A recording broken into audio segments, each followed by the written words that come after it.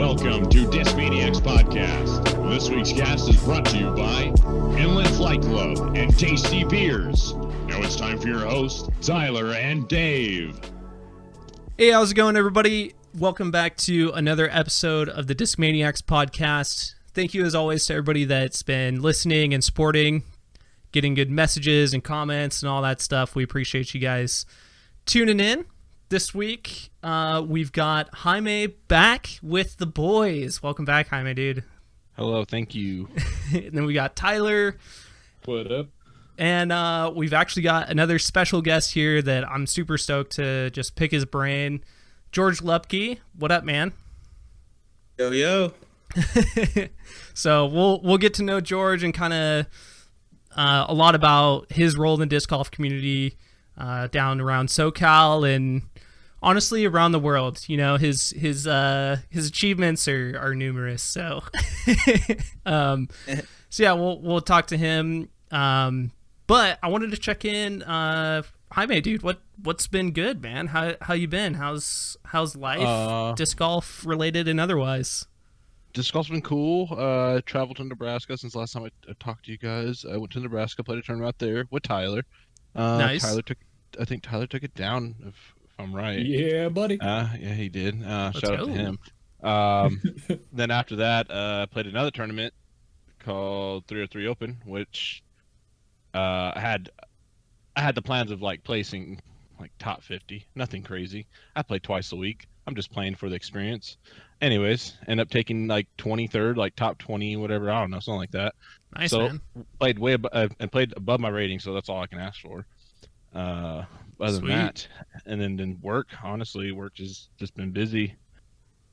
Yeah. Get them discs out. Yes, sir. Yeah, lots of stamping of those mutants and. Well, actually, I mean, no, I don't do anything. I haven't done any stamping in like, like, I don't know, 6-7 months. He's on the bigger. Okay, Yeah, Mr. I'm Big the Stuff. Yeah, I'm the warehouse manager now, so that's fun. Hey, making sure the discs are getting. I make sure the discs are getting stamped, and I'm also making sure the discs are getting packed. Nice, All that good nice. stuff, yeah. So that's what I'm doing. Sweet, man. Game's feeling pretty good then, huh? Yeah, actually. Sweet, man. Are you bagging any of the new stuff? Yeah, I bagged the mutant. The mutant is basically like my dream get out of trouble disc. Basically forehand approach. It can handle a headwind, which I just love so much. It's great. It's the Cybertruck of mid ranges. It's funny, like Austin said it once, and UC's like, we're running with it, and so now like you see everywhere like it's a Cybertruck of mid ranges. It's great. It's true. There's not one round edge on this disc, and it's awesome. Yeah. Yeah. Other than that, I tried the Logics out, but I'm a lover of the P2. I can't get off of them, so Nice. that's where I'm at. Yeah, I don't know if it'll be tough to get my links out, especially now that mine are like beat in because it's the EXO hard and it's taken forever to beat them in. And now that they are, they're just like money. Like they're basically how P2s start is what it kind of beat into for me. So I mean, yeah, no, I like my link, but only for like throwing. I throw the extra soft, and that thing's stable for how like gummy a plastic could be. Yep. Yeah, I'm using that for up shots as well. So yeah, man. Sweet. I can't wait to try out the new stuff coming out, the splice. I'm excited for that. Have you gotten a chance to touch that, throw that? Yeah. Oh yeah. So I throw on the splice, and the splice, it did. It was a prototype one, so it was honestly the one I was throwing was like just like throwing a goddamn tilt, dude. I was like, okay, like I'm not gonna need this. Even And we throwing that go thing ahead. into like straight headwinds. Yeah, it's a GDO, and it was like so on Annie. I was talking to Eagle about it, and Eagle's like, yeah, like I want the splice a little like toned down because I don't need it like that stable, but I need it stable enough.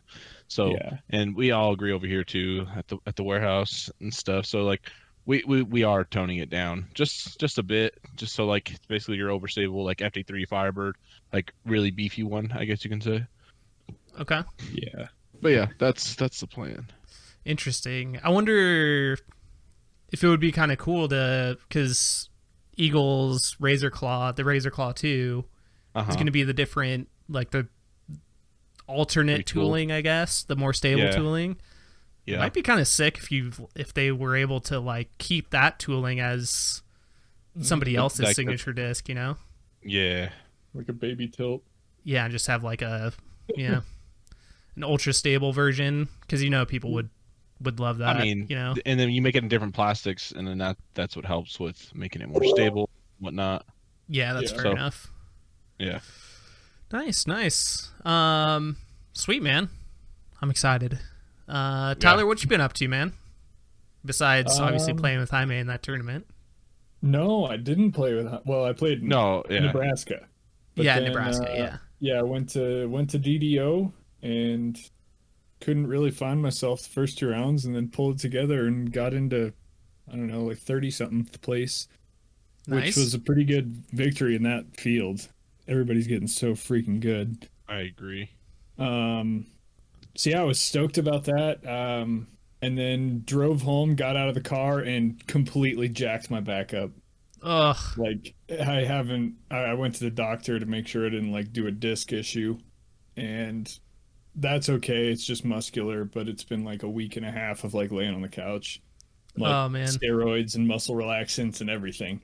Oh, geez. So I'm now, I putted for the first time and since then today, and it felt good, and I'm going to go throw tomorrow and make sure I'm good for the tournament this weekend. So that's been the forefront of my mind the last 2 weeks. Wait, so have you done a full throw since? No, I haven't done a single throw since. And you stayed registered to that tournament? Yeah, dude, it's a wooded course. It'll be fine. It'll be fine. It's not a lot. There's like two full shots. I'll be okay. All right. Well, as long as you have somebody hold your beer first, then nothing bad's going to happen. Exactly. So, yeah, went and putted today. I think I missed my first 6 putts, like 2.5 feet right. Felt like I'd never touched a disc in my life. And then dialed that in, so... Hey, man. Well, yeah, hope for a speedy recovery for you, man. Yeah, it's been coming around, so I think we'll be all right. It was a bummer. I had to drop out of 303, the one time I played. Sucks to miss an A tier like 20 minutes from my house, but yeah, it definitely was not in the cards. Gotcha. But yeah, I got Worlds and a couple other bigger local stuff, so I just want to make sure I'm good by then. For sure. Worlds is it's right there in Utah, right? Yeah, that's a close one this year. Nice. I'm into elevation. Woohoo! I never asked you. Do you have like a travel van and stuff, or do you just like regular car? Or? No, I looked into vans this winter, and I'm really tall, so standing in a van is difficult. There's only one kind that I can stand in, and they're really expensive. So I was looking quite a bit, and work kind of got busy. It sounds like I'm going to need to be here a fair amount, so I ended up not pulling the trigger, but I'm still kind of looking. Sounds like the way to go. Okay, I gotcha. Yeah. Yeah, I was talking to one of my friends who was looking to get a van like that just for travel and stuff, and he was saying it's actually been more expensive. Like all those vans, like those good travel vans and stuff, are all like all those used vans are just getting bought up, and it's actually like more expensive now to get those vans than it was like 2 years ago or so. Yeah, I think it's a popular, even like outside of disc golf, like it's just, I don't know, people are financially hurting all over, and it's a pretty viable way to live. Yeah. Like I don't know how much of that is being bought out, but yeah, they were tough to find, man. I was all over for like 2 months during the winter, checking every day, and they were going like hotcakes. Jeez. Yeah. Hey, well, yeah. Hopefully it's all good. Definitely, I'll be checking in with you to see how it's going. Yeah, tomorrow will be the big test day, so we're gonna go throw some real shots and see how it goes. But it's feeling quite a bit. I think we're gonna be okay. Nice. Did you get like exercise or something to do like in the meantime? I didn't go to a physical therapist. The doctor kind of like checked me out and he's like, you just got like muscle spasms going on. So he gave me the muscle relaxants and those helped. But Oh, okay. I just bought like a standing desk for work because I can't really sit, or I hadn't been able to sit. Yeah, so now I'm just standing. Oh my gosh. Just the life. Nice. All right. Well, Yeah. you're catching up with you boys. Yeah. So George, just as kind of an introduction, so everybody's a little bit up to speed. George runs a disc golf club down in SoCal called Inland Flight Club, or IFC for short. How many do you guys have? Do you guys have like a registered like member list or something, or do you? We have. I know, like a week ago, we just hit 1,000 members in our Facebook group. Gotcha. Nice. We don't do tags anymore because before COVID, we were gonna just focus on doing like exclusive events, basically sponsoring the tournaments that happen in the area. So we would just do like a warm-up event before the tournament. So I think we sold under 150 tags. It was our best one year, but I'm pretty excited to get back because with the drought that we've had in the SoCal area with weekly events at regional parks or in the Inland Empire, I have a feeling that when we do come back and run an event, it's going to be a lot more popular than it was. Yeah, for sure. So I kind of wanted to pick your brain a little bit about like kind of how all that started, but before I get too far ahead of myself, I was interested to know like how people kind of found their way into the sport, especially I'm being very serious when I say I see you as a very influential person, not only just in that small area, but I think kind of the people that come out of that area, you know, feed off of your vibe, people that visit the tournaments that you help put on or put on yourself, like that kind of translates to the greater area, I think. So I'm always curious to see like kind of, you know, how that happens, like how we got the opportunity to have someone like you in the disc golf community. So like how did you start playing disc golf, like as a kid or kind of like later on, or how did you get into the game to start out with?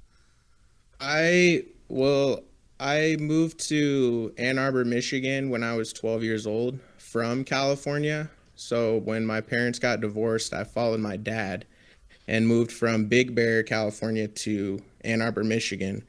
So the first time I ever played disc golf was in 8th grade in middle school. They actually gave us discs and they had like 6 baskets on the, yeah. That's sick.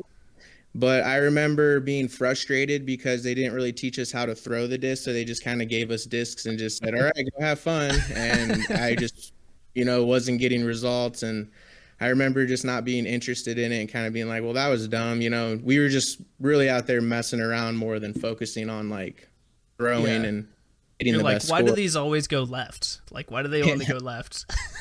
Yeah. For all I know, I was like holding like CE plastic or some like crazy. Oh yeah, probably. But yeah, after that I was out of high school and I was delivering pizzas, and I had a coworker who always had discs in his car, and then like I remember in the wintertime I recognized him and he was like, yeah man, when summertime comes around we'll hop out and I'll teach you how to throw. And he gave me a DX Cheetah and some other weird disc, I think, and a groove maybe. Yeah, we just went out to April. We went out to the course, and I was hooked. Really, when I first started playing, it was just kind of a way to like be out and kind of like honestly, we would just party pretty much. Like it was kind of like real laid back, like drinking beer and just not caring about any like rules or nothing, just having a good time. And right. I remember when I first moved to California, I would always bring like tall boys to play at like really hot courses like Glen Helen or like Marietta, and I'd get like the worst headaches, and people would be like, dude, you gotta drink water, man. Like you can't just be only beer. There's water in my beer, like, but because that's how we play in Michigan. But yeah, I came to California is when I saw like the competitive side of it and like tournaments, and then like the more professional or like organized side of disc golf, and that's where like I fell in love with it, and it kind of it gave me structure in like my life, honestly, because I feel like with disc golf and with running events, like you kind of have to, it kind of reflects you as a person. I feel like yeah. good players usually have a healthy mind and have like a healthy mindset, and you start realizing that when you're out there on the course and you're like, you know, can't get stuff together. It's like, oh, well, yeah, dude, you're drinking a tall boy every time you play. Like you can't, you know, some people have amazing accuracy when they drink. I know a couple people, but certain things will help you like fine tune things like, oh, I need to get in better shape, or I need to eat healthier foods before I play, or I need to eat before I play, or drink water the whole round. Just it all translate, and disc golf, we focus on things like that, you know, to do better. Sick. Yeah, I never stretched as much in my whole life as when I first started learning disc golf. I was just like stretching twice a day. I'm just like, what have I become? What has this sport done to me? Getting out of my car in the morning and like having my high socks and my shorts and doing like yoga stretches behind my car with the trunk open, like no shame anyway. Right. Not trying to do it. Protect that back, man. You know, there's a guy. Sorry to interrupt, but there's a guy at 303 Open this last weekend. His name's Liam Stott. Shout out to this guy. But so intimidating. The dude just does like a morning bird, whatever pose it's called. But this dude goes on the tee pad and just does it like he's out there and he's like intimidating his whole fucking card. Like, and I'm like, wow. I'm happy I'm not on his card. Like that's some serious. Man's out here doing Tai Chi and stuff. Yeah, dude, he was doing it. That's awesome. What a spectacle. Cool, man. Yeah, that's really sick. So then you're playing, doing all that stuff. And forgive me for not really knowing. I guess I probably should know this, but did you start IFC, or was that like somebody else and you kind of came in as part of the board and stuff, or how did Inland Flight Club kind of start? So Inland Flight Club was born out of like the course that it was pretty much started was Prado Regional Park, and I wasn't one of the original founders. The original, I think it was either 4 or 5, but you got Nate, Rob Jankowski, Kevin Shaw, Jacob Newey, and Anthony Paulino. So those 5 guys basically were filling a void in the inland area for a home club for the Inland Empire. Before Inland Flight Club, there was a club called Inland Disc Golf that ran for about 2 or 3 years. The people that ran that club, I moved out of state, and nobody really picked up from there. So when IFC started, they were probably around for a year and a half before I jumped on. I was a part of Yucaipa Disc Golf Club. I guess we have, they would consider me the president of the club, or who basically just runs the club, with the Yucaipa Open as our main event, and we do monthlies and weeklies. So I still, I haven't done it in the last year because of COVID and we haven't been able to play at Yucaipa, but I still run that club. That was the first club that I was a part of in California, and then basically I was invited to be a part of IFC a year or so after it started. Sick.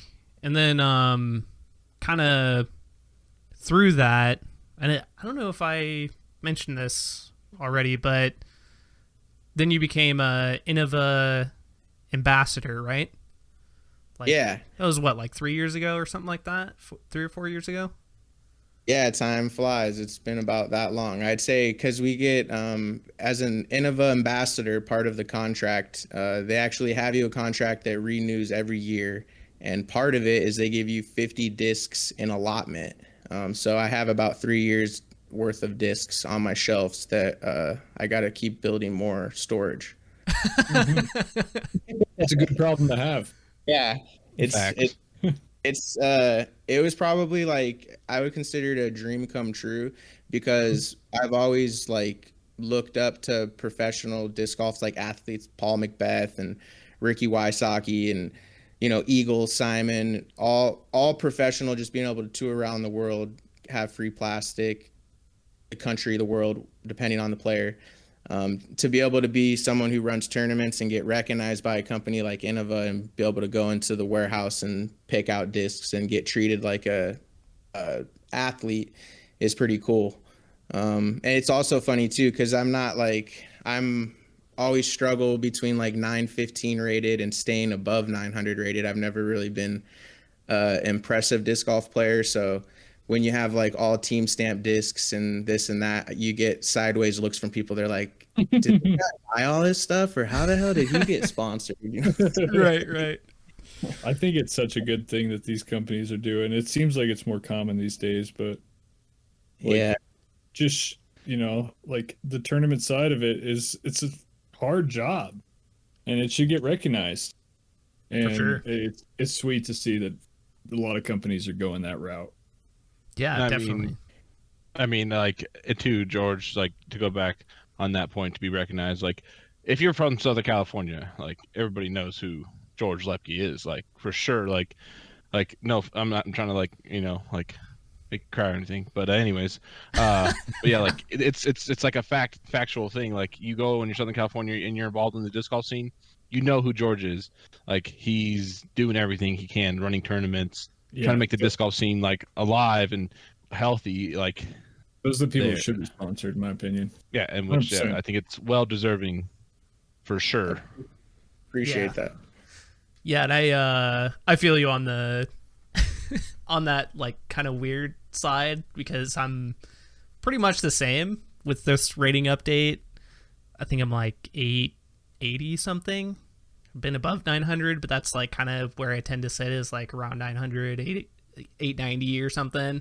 And yeah, I mean, I've got, a few team stamp discs and all this stuff. And it's kind of funny, like when people talk to me, especially newer players or something, because basically I think everybody's probably experienced this. Like you're playing at a park and you throw and it's like an okay shot, like anything over like 250 feet, and they're like, "Oh man, you must be a pro."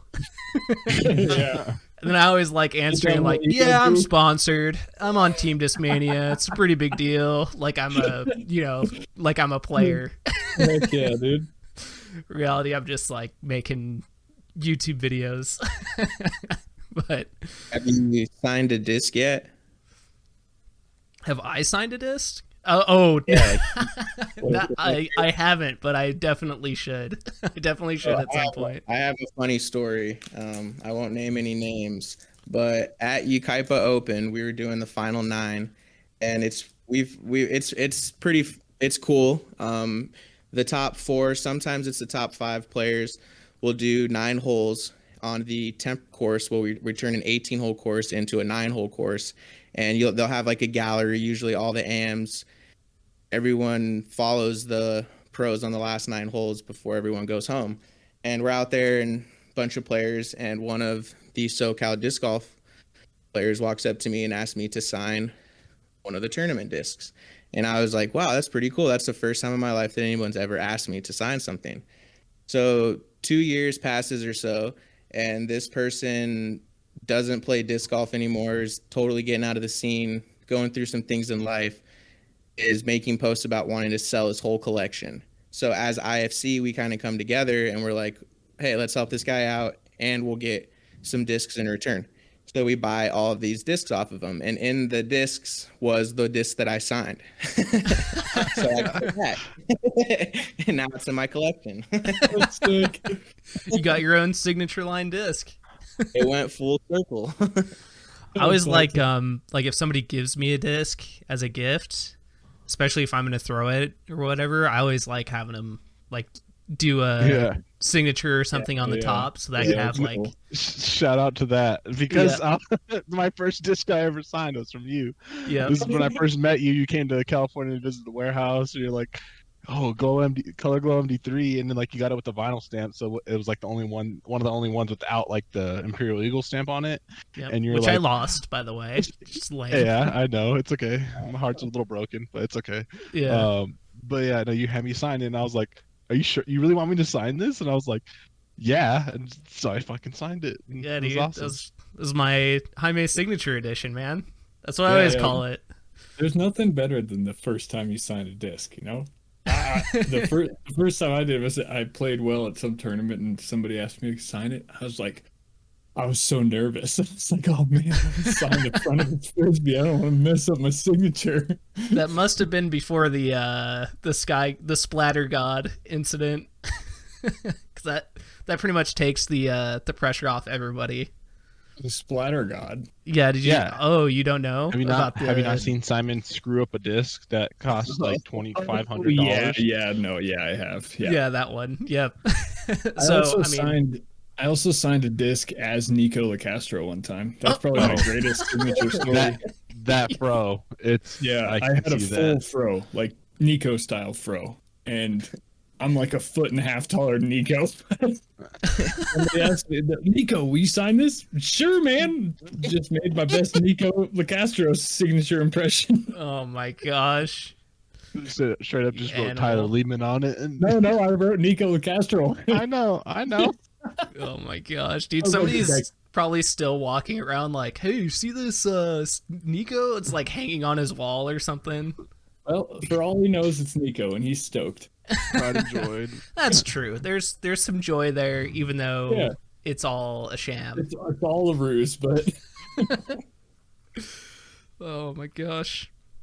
But yeah, to go back to what Jaime was saying, like, yeah, I definitely agree. It's definitely well deserved, and is actually something we had talked briefly about some of that stuff, like just kind of becoming a TD, being involved in your local community, and running, leagues and all this stuff is a lot of effort. And I think all of us can agree that the impact that someone like you has in your local community, I mean, we all want to see disc golf on TV, and we want to, have people catch on to it that way, or, have like Nike come out with some disc golf shirts or something, to push it.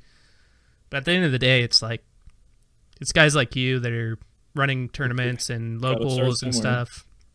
They're really growing the sport, like that's where it grows. That's not a secret. I'm not saying anything super mind blowing to anybody, but I was curious because I think there's a lot of people out there that maybe want to have that kind of a contribution to their area, but are hesitant to like step on somebody's toes, or like, oh yeah, I want to run a league, but there's already this league over here, or maybe it just seems like effort and don't know where to start. And I was just wondering, from your personal experience, like, with IFC, it seems like you were kind of introduced and like ushered in and put to work. Was that kind of your experience, as you were just kind of like put to work, or was it something that you like made a conscious effort, like, I want to contribute in this way? I think that I was always around that group of people, and when they were doing events and holding, stuff, I was always there. And I had a lot of experience from running events at Ukaipa. So a lot of the, like Kevin and other guys would kind of pick my brain all the time, or if I was there, I would help out. So it kind of just was like, they just were like, why wouldn't you be a part of the board, I guess you'd call it. Right. Because I was always helping.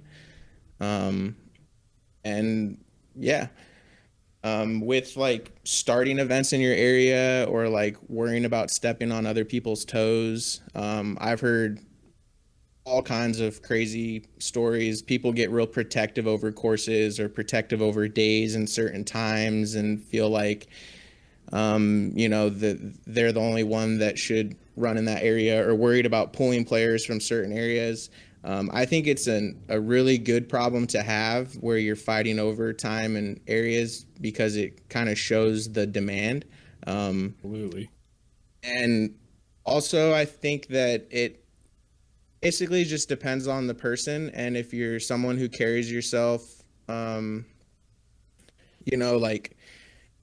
you treat people with respect and you have good communication skills and you're, not intentionally trying to step on people's toes or do anything malicious, then you won't really have a problem because in my experience, a lot of people that run events are like more than eager to teach people or have somebody who really wants to jump on board and learn because it takes a load off of, everyone who's doing them currently. It takes I would say that there's kind of a drought of TDs in California in per se. So it would be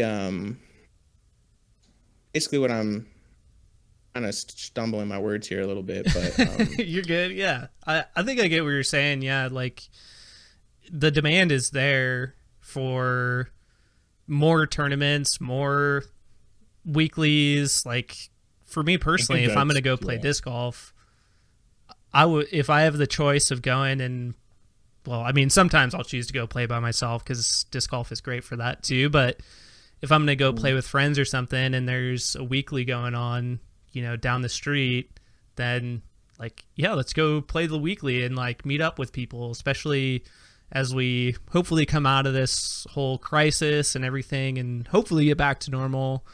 That demand is just going to be amplified even more. So for guys like you, like I imagine it might be a little bit, of anxiety. Like people are going to expect like huge tournaments and, are going to want 3 weeklies a week or something like that. Like people are going to be starving for disc golf events and fellowship, So I think that it's kind of like with the pandemic, certain things that came of it, like with UDisc and running an event now and just having the UDisc program, it's like so easy. It's ridiculous. Letting people nice benefit.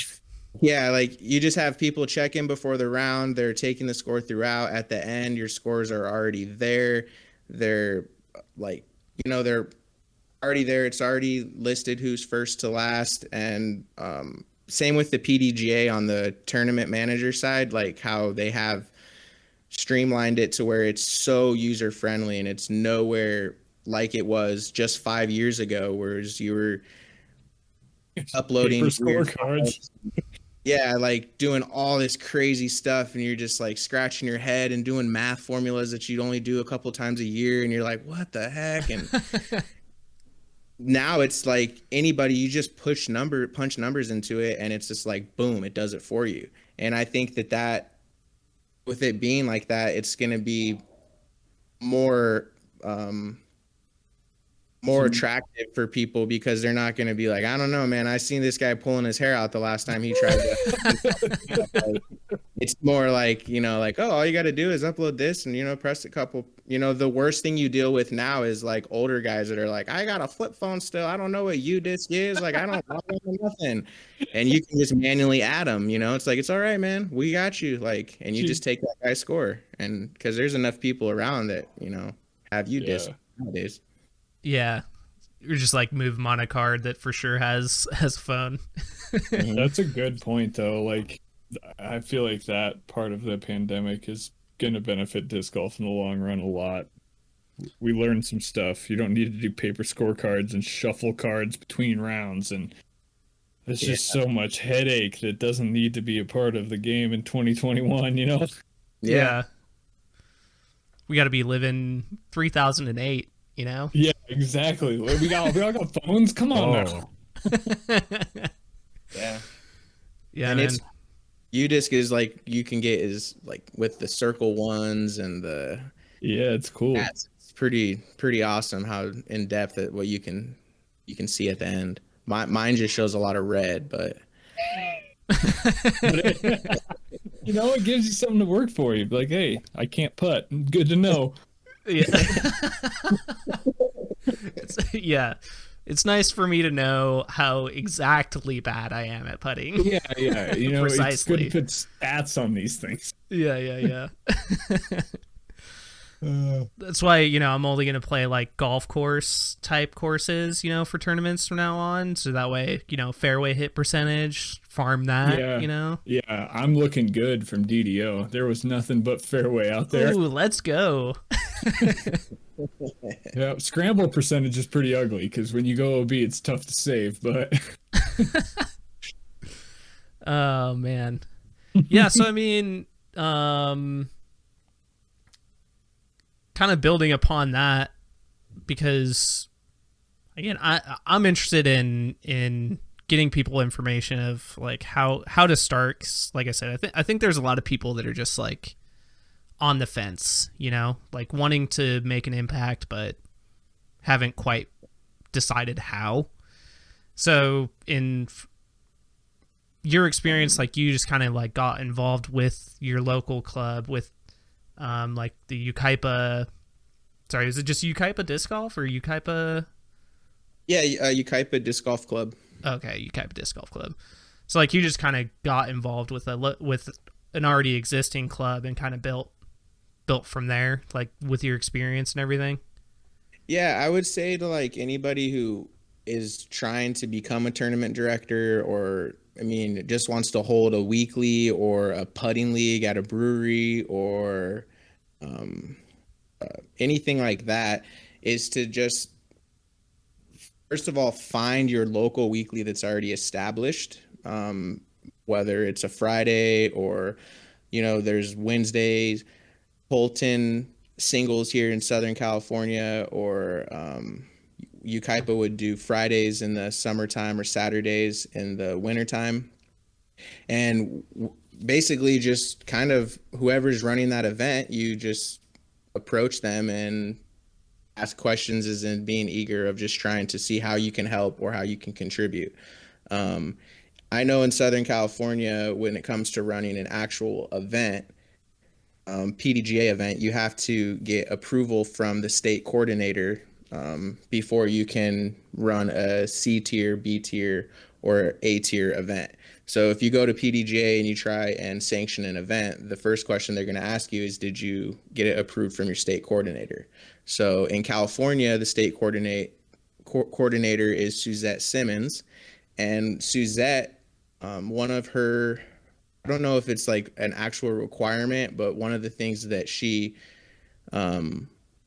wishes is that if you're going to run an event in Southern California, that you are a co-TD before you're a TD.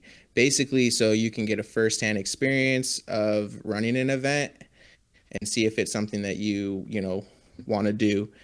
And also just to see if you're, you know, cut out for having that type of responsibility. So when it comes to like weeklies and such, I would just say that if you're consistent, people will come. I started my first weekly ever was at Ford Park in Redlands, California, before Ukaipa.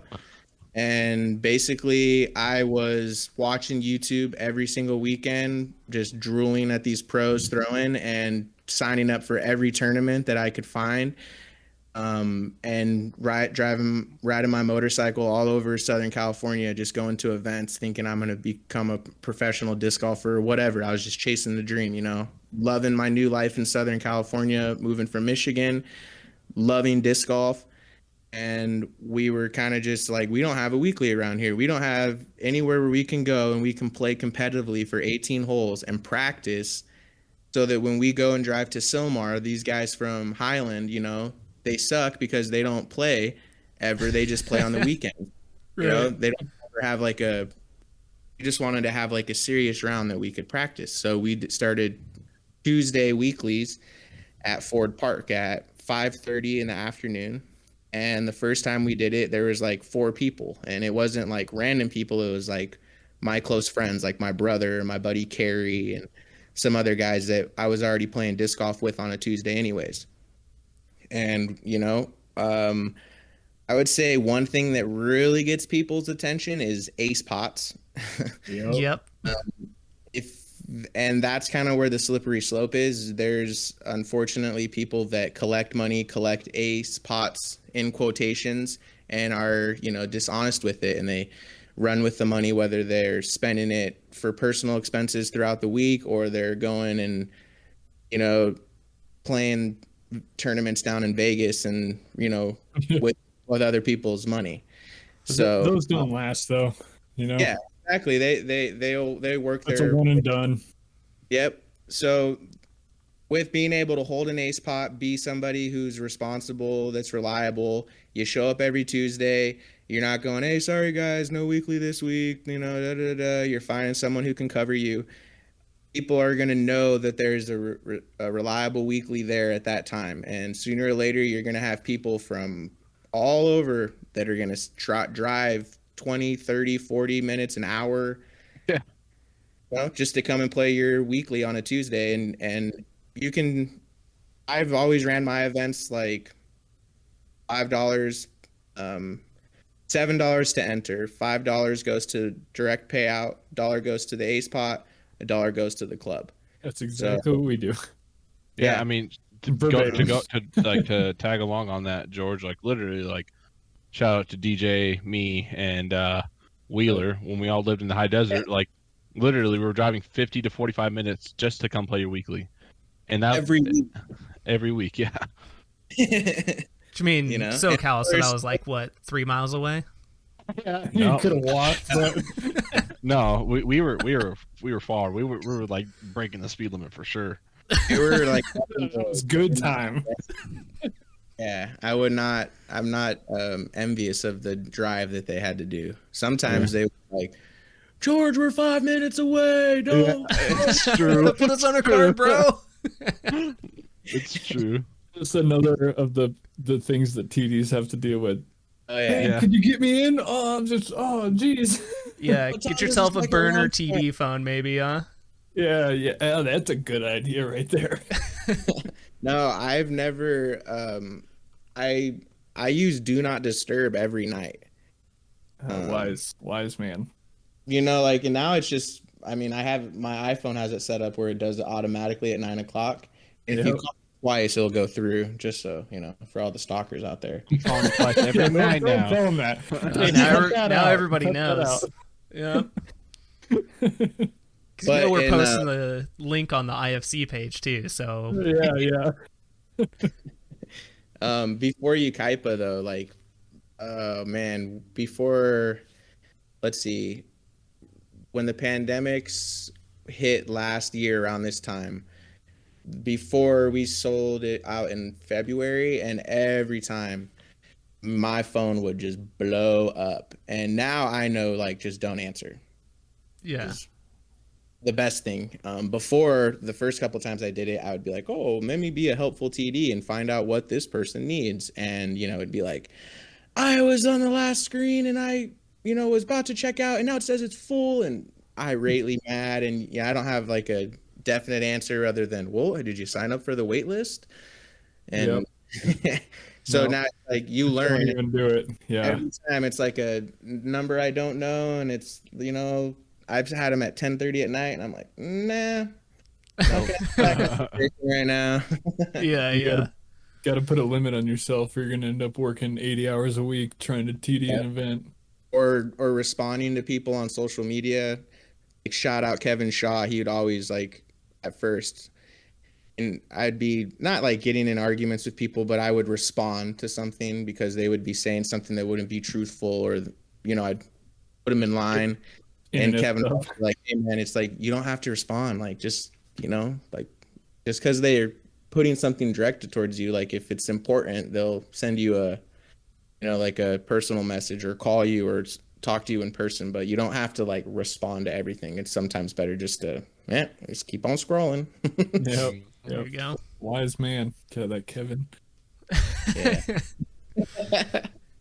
Cool, man. Well, hopefully, I mean, to be honest, I mean, I'm feeling a little, honestly, I'm feeling a little inspired by that because, like, I was, yeah, sure. Tyler too. Yeah, because I was running a league before COVID and stuff, and I felt like that, like 2020, like literally had my league ready to go. I talked with Dustin Keegan and Zoe Ann Dyke about using Uplay and just like making it like an official like kind of Uplay charity league, like not really through their org, but for their org. So I was like super excited about that. Discmania was down to like match our contribution. Had all this set up for April. Yeah, like March or April. COVID hit and it was just like, oh man, like all my aspirations, you know. But I think for those of us in that situation that either have run some stuff or maybe have had limited success, like, you know, that's really inspiring for me to hear, because I'm the guy right now trying to build on what I've done so far, you know. So feeling like I gotta go out there and post on social media and post flyers and like try to get people to come out so that, you know, we have more competitive ratings and a better field and stuff like that. Like that at the end of this, hopefully I get to that spot where I'm like, you know what, this stuff is just like that.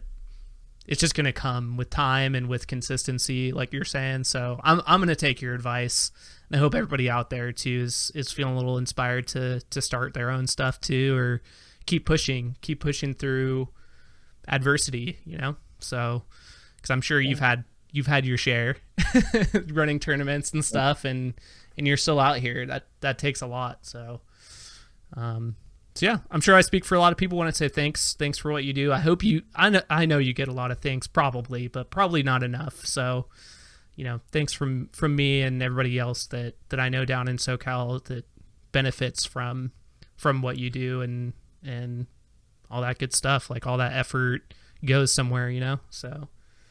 Yeah, of course, brother. Much love. I appreciate you saying that. And it's a passion thing for me. So I do enjoy it. I know that a lot of people, you know, every tournament director has their time, and I'm sure Jaime knows, you know, that sideways look from George, or the tone, or the certain, you know, man, does that guy really enjoy what he's doing? Because he doesn't seem like he's that happy. But, you know, it's like it's definitely a high pressure thing, depending on the type of event that you're running. But you know, start small, and then if you want to aim big, like, you know, like Alan Risley or Bill Murray Holmes here in Southern California, you know, Mark Veracci running some, you know, top tier events, Goat Hill, Daniel Bowe, and Bill Murray Holmes is like the godfather of Southern California. He's the guy that, you know, like, you know, as I look up to, somebody who's run tournaments for decades and is same thing. It's a passion thing, you know, it's a love for the game. And that's the cool thing about disc golf, is that it really, it's crazy how people just get addicted to it, and then it's always for the good. So there's always opportunities, you know, for more people to jump on board, and, you know, like sponsored by Latitude 64 and Discmania, there's companies that want people on, you know, on the front lines that are running events, and it's like, you know, kind of cliche to grow the sport, but you know, this is the time to do it, and this is the time. I know that disc golf is booming, and, you know, companies are having a hard time keeping their stock shelved. So I know that when everything gets opened up and parks are up and running, there's going to be spots where, you know, tournaments are going to be, and weekly events are going to be like, I think it's going to be full house. It's going to be overwhelming. I think I'm hoping for some big things to come. Yeah, definitely. Absolutely. And dude, just clip that right there. Send it out. Yeah, I love it. Yeah, dude. We're getting juiced up over here. Oh, love it. And I didn't mention this before, but Jaime is also still on your board, basically, like has been. Yeah. On IFC.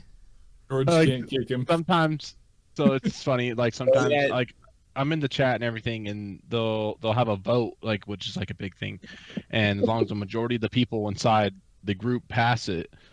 And one time, I think I logged in, I was there, and like I was in the chat, and like, oh, we need one more person to vote this or that, and like, and then I haven't voted yet, and they're like, we need your vote. I was like, I'm over here in Colorado. Like, they're like, you're once you're on the board, you're always on the board. I was like, oh, okay, and I just voted the way I voted, but yeah, so.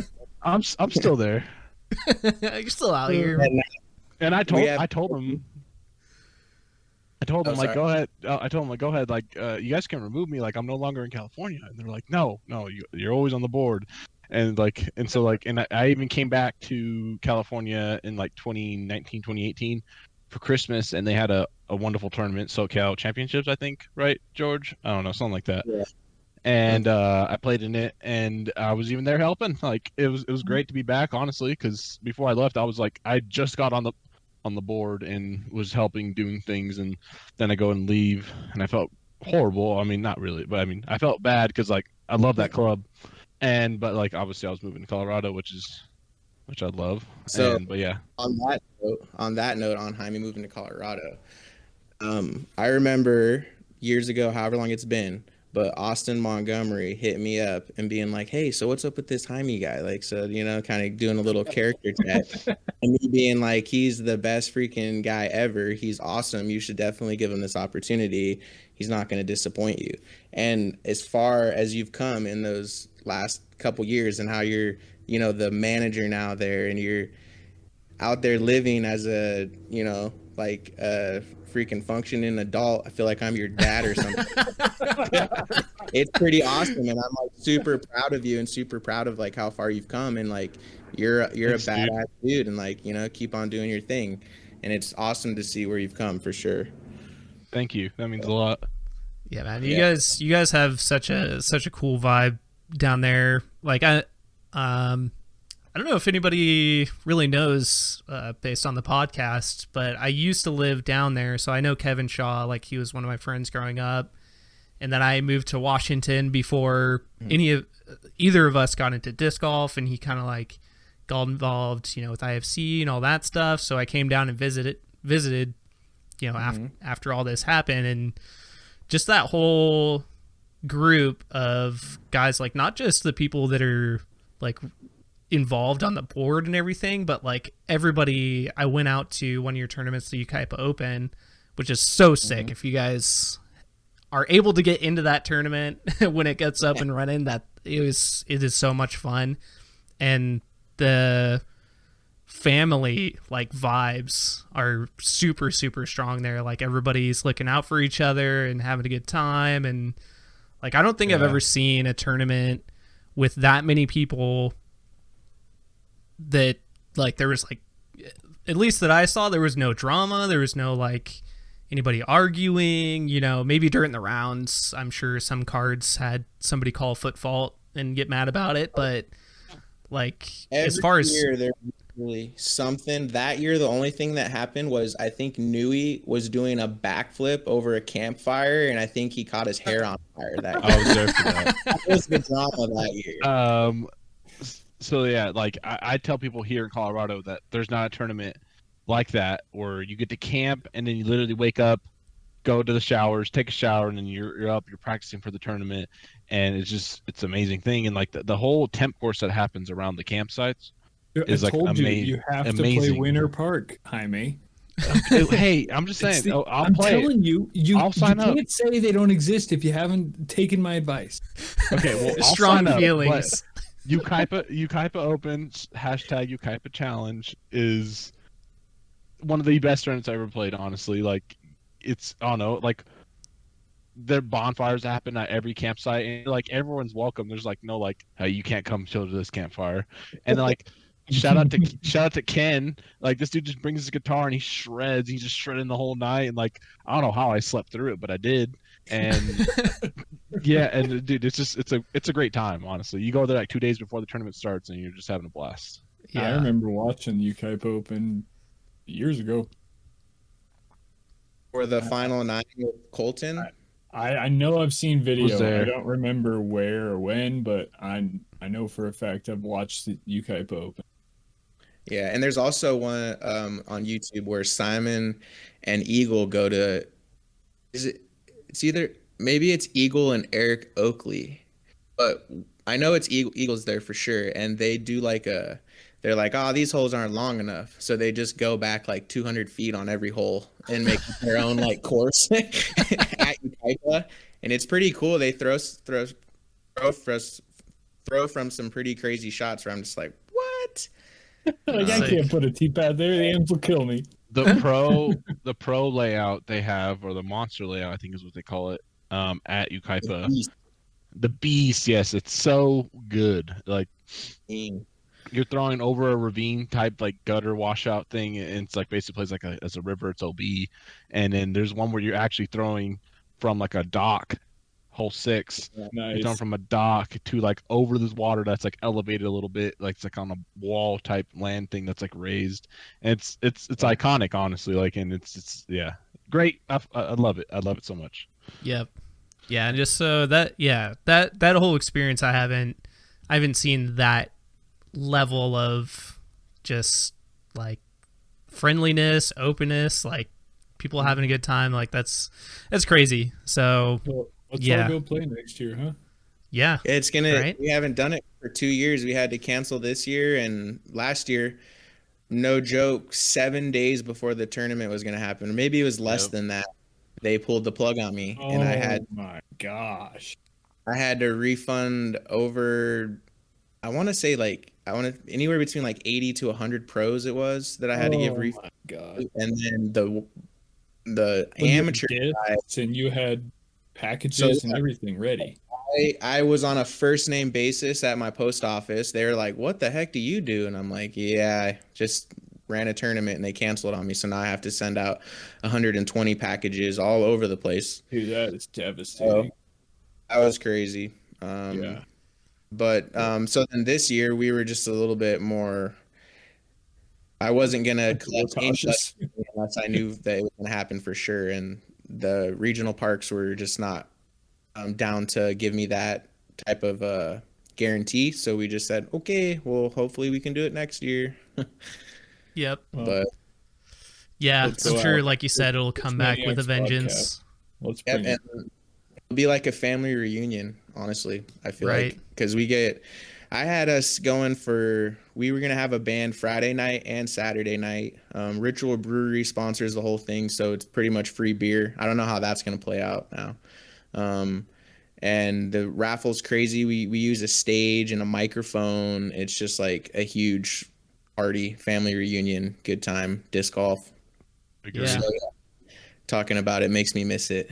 Dude, I'm jonesing for it. I've never even been there. Yep. We're going next year. All right, I'm down. I'm super down. We're going. Seriously, yeah. Yep. We just gotta get our clicks on point. We got to get our internet upgraded. Gotta make sure we get in. Yeah, absolutely. Yeah. So we'll be racing like 500 other disc golfers for that. George will save us a spot, right, George? Wink, wink. I'm saying that. Yeah, we can talk about it off air. It's all Don't good. put that on the PD. That's a whole nother nightmare. Yeah, we'll work out I'm the saying. details. I got some sponsorship packages that come with early registration for you. Don't worry. Yeah. But yeah, cool, man. I appreciate you just like coming on and sharing your story and stuff. Like I said, I'm inspired. So hopefully people out there I think that's going to be really awesome just for people to be able to hear that experience and give them lots of hope and motivation to go out there and get it done when everything's safe and we're allowed to, right? So, but yeah, so yeah.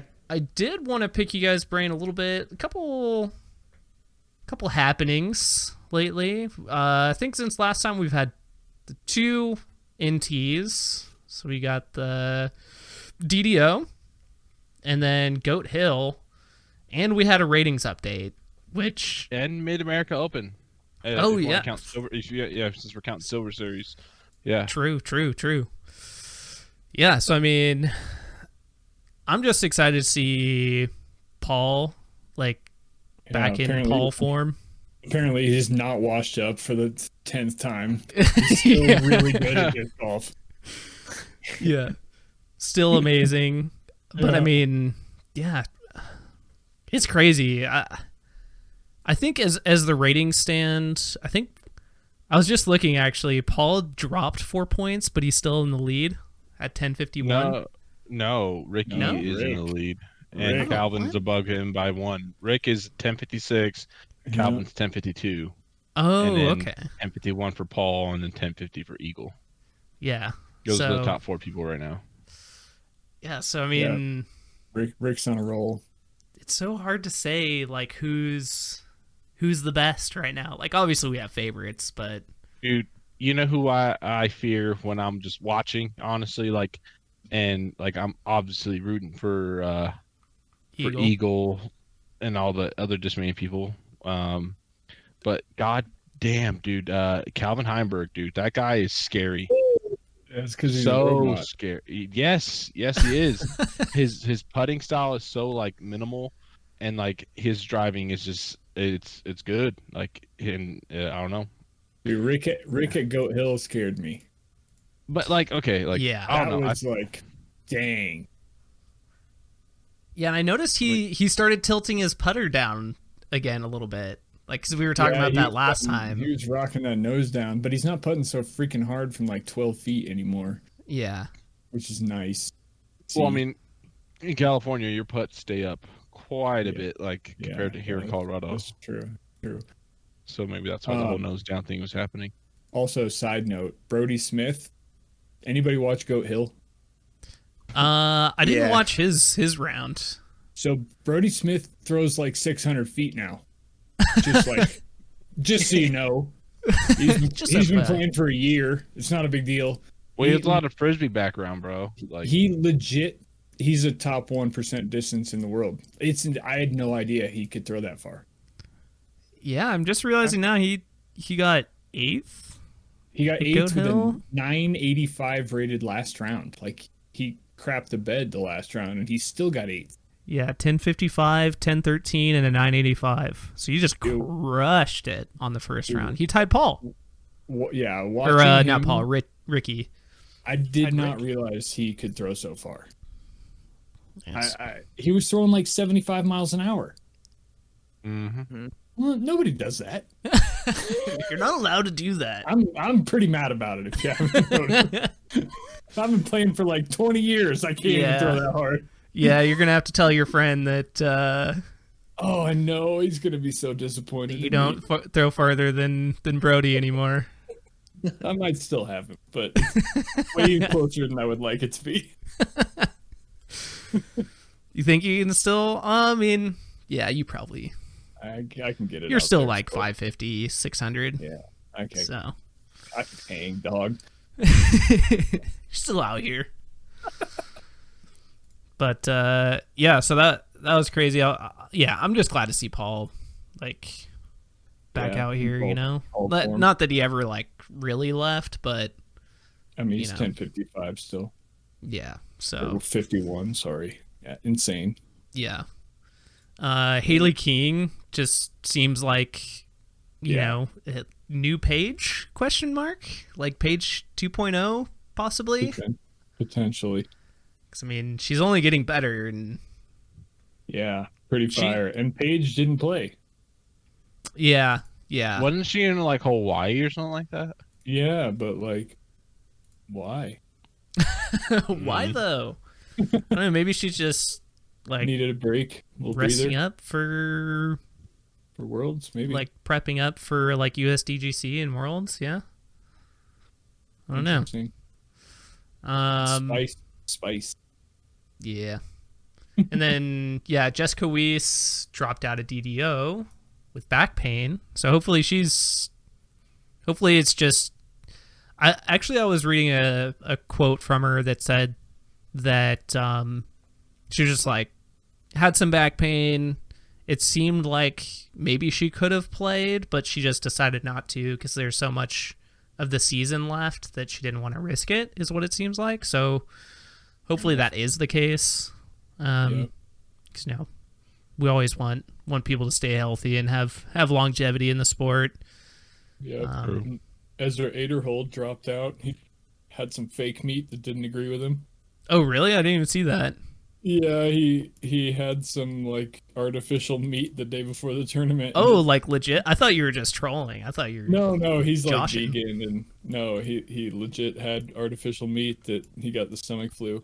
I mean, I know he's all about them Yeah, beans. he said he made a post. But... He's like, don't worry, I'm going back to beans only. Bean boys. A burrito the other day on Instagram. Yeah, that's his game, man. He is a bean burrito. Dude, it's working for him. Whatever he's doing, don't change it. I was actually watching one of his videos. He's, I guess it's not. I mean, we're not sponsored, so it doesn't matter. But there's a company. I want to remember the name of it, but I can't. Anyways, he's sponsored by like a healthy, like snack and food company or something. So hopefully, whatever he got was, hopefully that was just like a random meal, not purchase or something. Because hopefully his sponsor isn't betraying him. Back. Yeah, it was actually Ricky. Ricky sponsors him. But speaking of ratings, since we're on the topic of ratings, nice segue.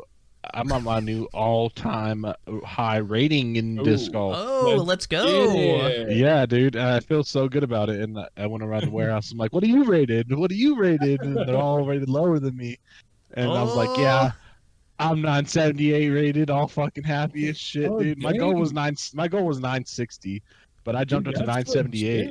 That's Jumped up 22 points. See, that's like a big boy rating right there.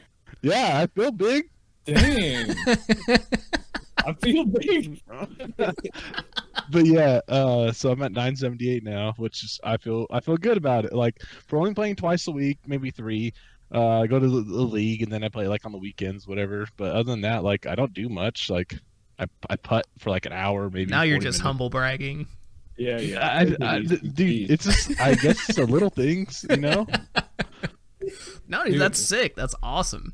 Especially now you can like just talk crap to everybody. That's sick. That's really what the ratings are all about. And there's guys, and they're probably going to listen to this podcast, but there's guys in my warehouse. I'm not going to say any names, but Austin. No. They all brag about, oh, I go and do field work this amount of days, that amount of days, and I'm like they're like I'm practicing every day, and I'm like yeah, I do what I do. I know who you're talking about. I do. I do what I do. I'm right higher than you. I know what you're doing, but I know what I'm doing. But yeah. Ratings are everything. My wife said she'd leave me if I drop below 1,000 again. So yikes! Ooh. There's high stakes nowadays. Man, gotta get that back healthy, you know. Yeah. Facts. Oh my gosh. Well, Sorry, dude, congratulations. That's a huge deal. You. That's awesome, man. I'm happy for you. Yeah, that's a big freaking jump. Thank you. You're like 17 or something, right? So you got plenty of room for growth. Yeah, dude, I'm approaching my disc golf prime. Disc golf prime, I think, is like 27 or something like that. No, I think it's 33. That's what I heard. Is it? Yeah. No, that's. Oh, then I got some years. I'm not even in my prime yet. I'm only 25, dude. Yeah.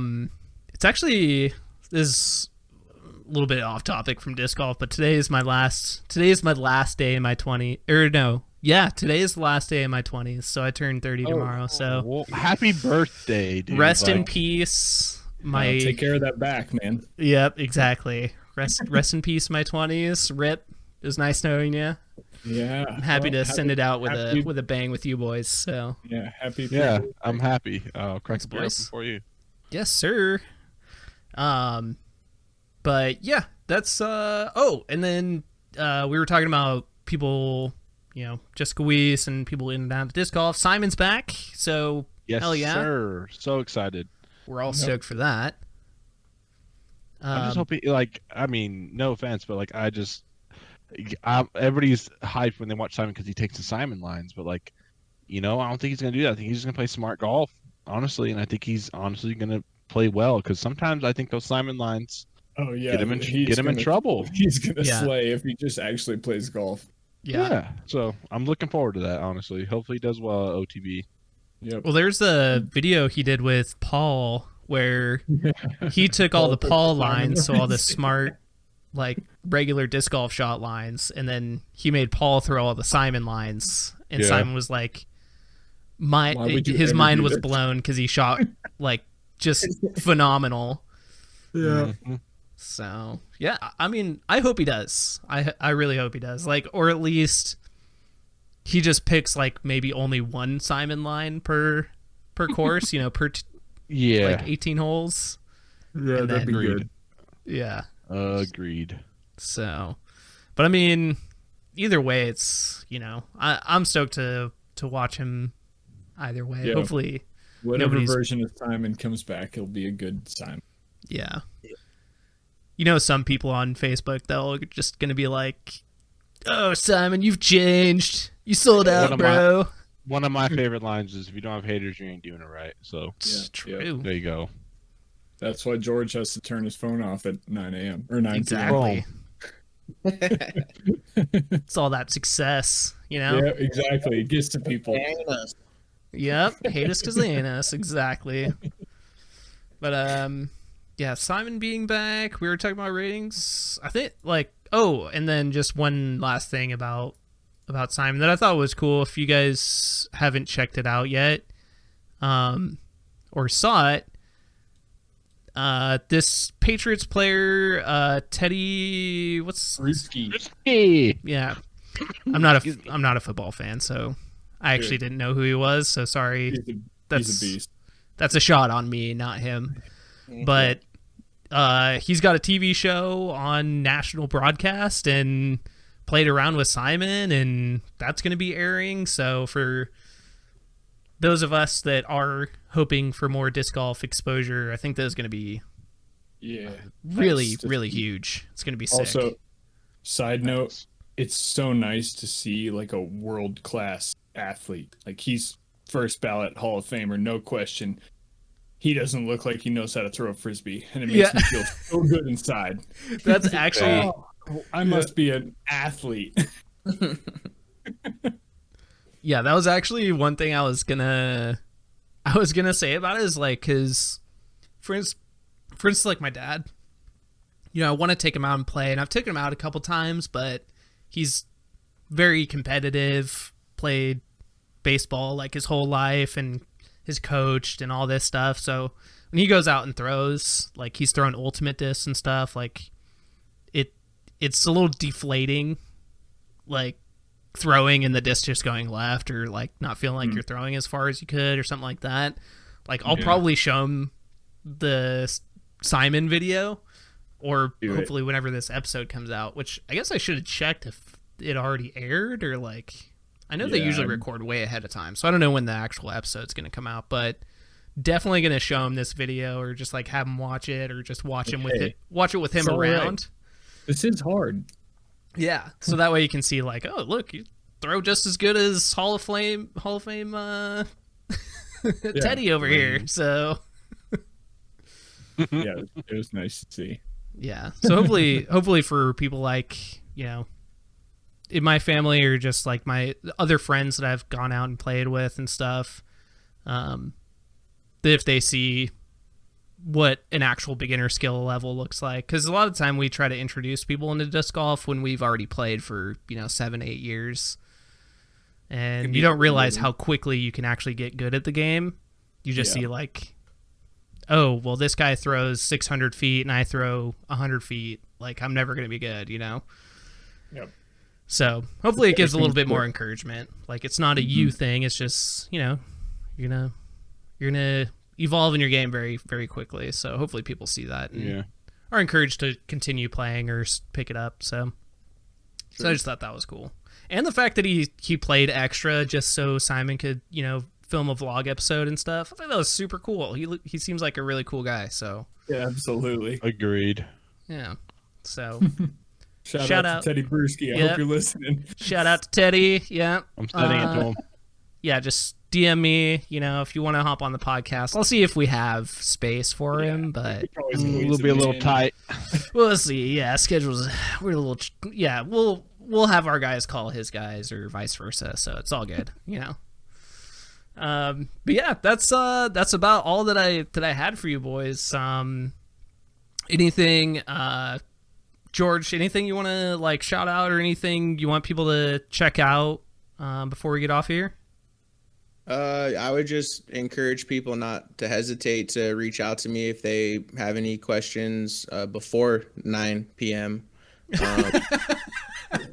Just to hit me up, about starting their own events, or if with me being sponsored with Innova, we do help out with schools, getting discs into schools and baskets and running clinics that way.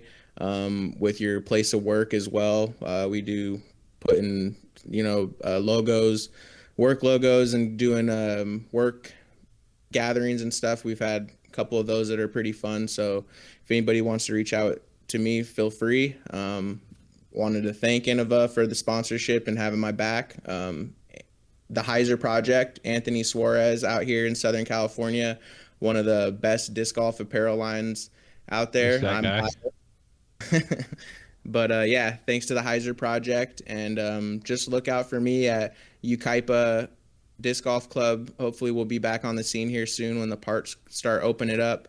Ritual Putting League in Redlands, California is going to start back up here in June. I got the go-ahead from the owners, and nice. Also a new course in Moreno Valley that Avery Jenkins designed. Oh, I'm hyped for that. Let's Trust go. me.